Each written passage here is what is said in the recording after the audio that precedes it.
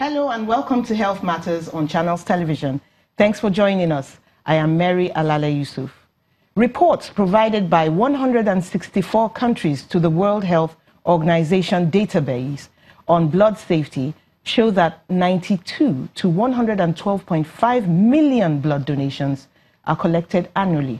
However, about 50% of these are collected in high-income countries, which are home to only about 19% of the world's population. About 1.6 million units are discarded for unsuitability. 71 countries collect more than 50% of their blood supply from family replacement or paid donors.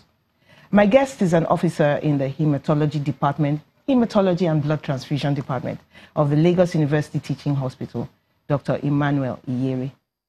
You're welcome to the show. Thank you very much. First thing on my mind, you're collecting blood donations. How do you make sure they are safe? Okay. When we collect blood from patients, part of what we do is to ensure that the patient himself or herself is safe. That is our first priority while taking blood. Now, we have procedures that we put into consideration while we are collecting blood. And those procedures are basically aseptic procedures. Okay. Is to ensure that there's no germs around. There's no germs. So right from the point of collecting blood from patients, right to the collection of the blood itself in the blood bag, we call it a closed system, which is once blood is collected from the patient, after due cleaning of the skin of the patient, or of the donor rather, what we get is that the blood is safely kept in a bag. After the blood is collected from the donor, it goes through processes, which is essentially to ensure that if such blood is infected with what we call transmission infections, we duly screen them. For those that are screened and found to be infected with any of the infections, vis-a-vis hepatitis B and C viruses, HIV viruses, those blood are discarded for safety. So those ones fall into the 1.6 million that are thrown away every year? They are not thrown away for any other reason than the fact that they are unsafe for consumption by patients that need them. Some people are not sure what happens to the needle that is used to collect blood. You know, do you sterilize the needle and then use it for someone else, or what happens? No. That may be an idea that a few persons may have and create fear as to blood donation. However, for each patient, for each donor, there is a commercially prepared bag that has its own needle. Okay. And the needle is not tampered with until the point of usage, which is a donor is on the couch for donation. After due cleaning of the skin, the needle is opened. The needle is attached to the bag, and once the needle goes into the vein and blood is collected, the needle is taken off, and that is the end of that needle. So we don't one blood bag, one needle. One needle. We don't reuse needles. So what are you collecting blood for? Let's just refresh our memories. Yes. What do you need blood for? That is fantastic. Now, essentially, we for the reasons why blood are used are mostly, over 70% of cases, are for emergencies. Emergencies that no one prepared for. Like an accident. Accident, road traffic accident, even for situations where we have bomb blasts and all of such situations. Those are emergencies. Even for a pregnant woman that was hoping to see a child in a few weeks, in a few months, may develop an emergency that no one is prepared for. So it's not just enough to donate at the point of the operation. It should be in the store. It should be, and that is why we clamor for voluntary blood donation, which is what helps to have adequacy for individuals that never planned for such emergencies, which nobody does in the first place. So planning to have blood donated at the point that you need one may not work, because you may not even know when you will need blood. Okay, so you keep harping on voluntary, unpaid donations. Yes. That's fine. But what does the donor get from it? We know he doesn't get money. So what's the satisfaction in there? Yes, the satisfaction, there's an immediate satisfaction, as I like to call it, which is a psychological boost that a donor gets. The boost is that donating a unit of blood, you have that satisfaction that you have potentially helped up to 3 lives. Donating a unit of blood. Okay. That's an immediate benefit that you get. Furthermore, you have other benefit that you get from donating blood. And that is why we solicit for regular blood donation. Now, you have a chance of having significant replacement or production of new blood cells, red blood cells, white blood cells, and immune cells that have been found from studies to help to lower cancer risk in regular blood donors. So immunity improves? Immunity improves significantly, because part of the cells that are produced are those immune cells that help to fight infection and fight even cancerous cells. And also it's been found from studies that regular blood donors also have lower risk of developing stroke and heart attacks. Is that right? Yes.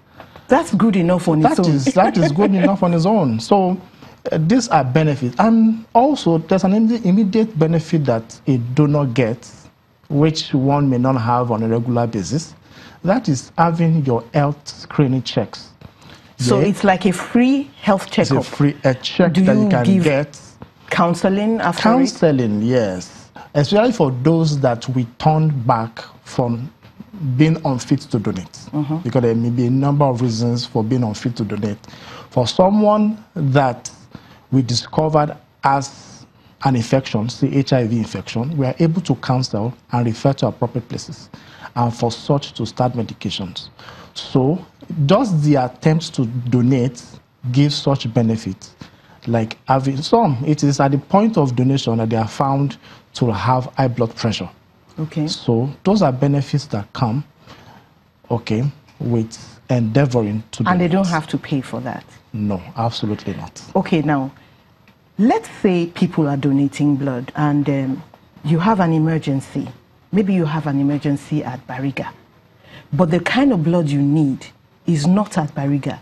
Maybe you have at Ikorodu. Is it possible for you to know that the blood we're looking for is in so-so station? And is it possible for you to get it in time for the procedure? Is there that network? That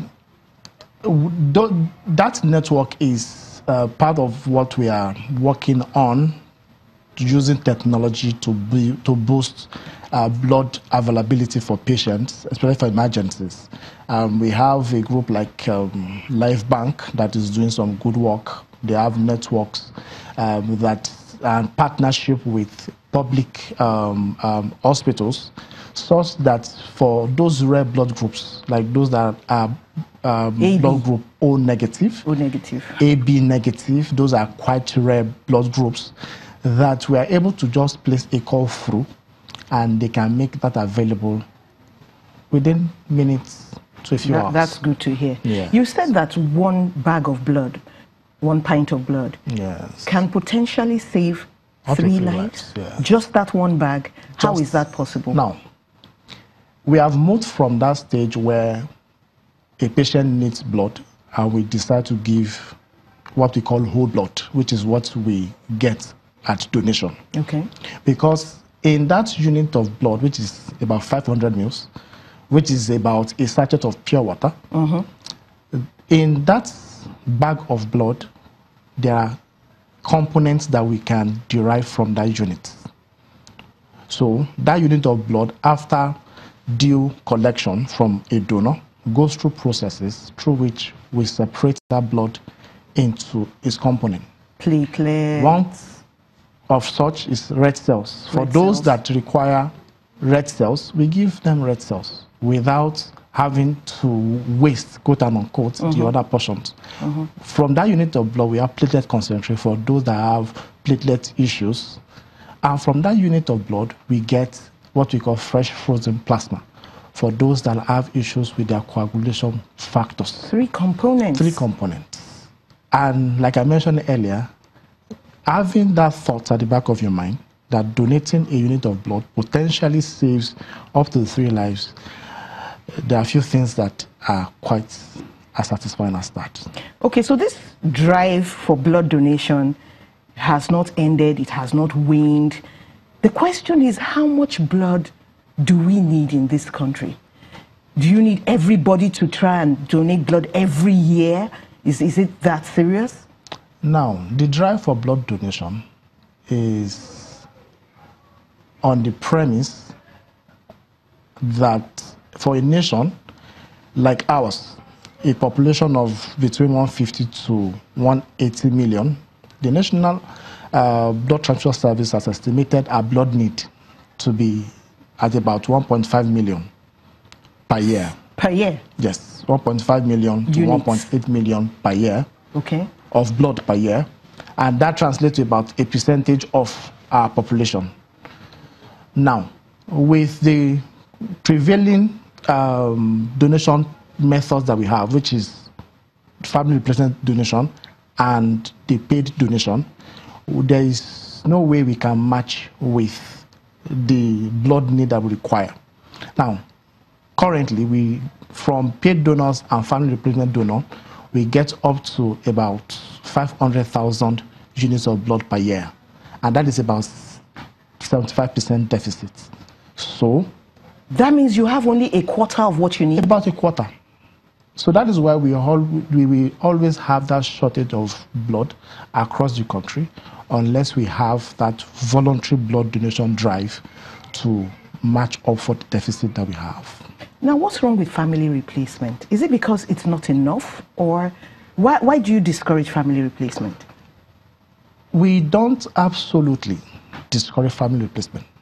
However, for individuals for an individual that was involved in a road traffic accident, we can immediately establish such person's family. Okay, that's right. And that does not mean the person is denied blood at that point. So it's just safer to have voluntary donors. Because we are able to have sufficiency of blood for especially those that require blood. Thank you so much, Doctor. In that short space of time, so much you've told us. That's Dr. Iyere from Luth. It's so wonderful to have you. Thank you. Stay with us. We're going for a break and then another topic after the break.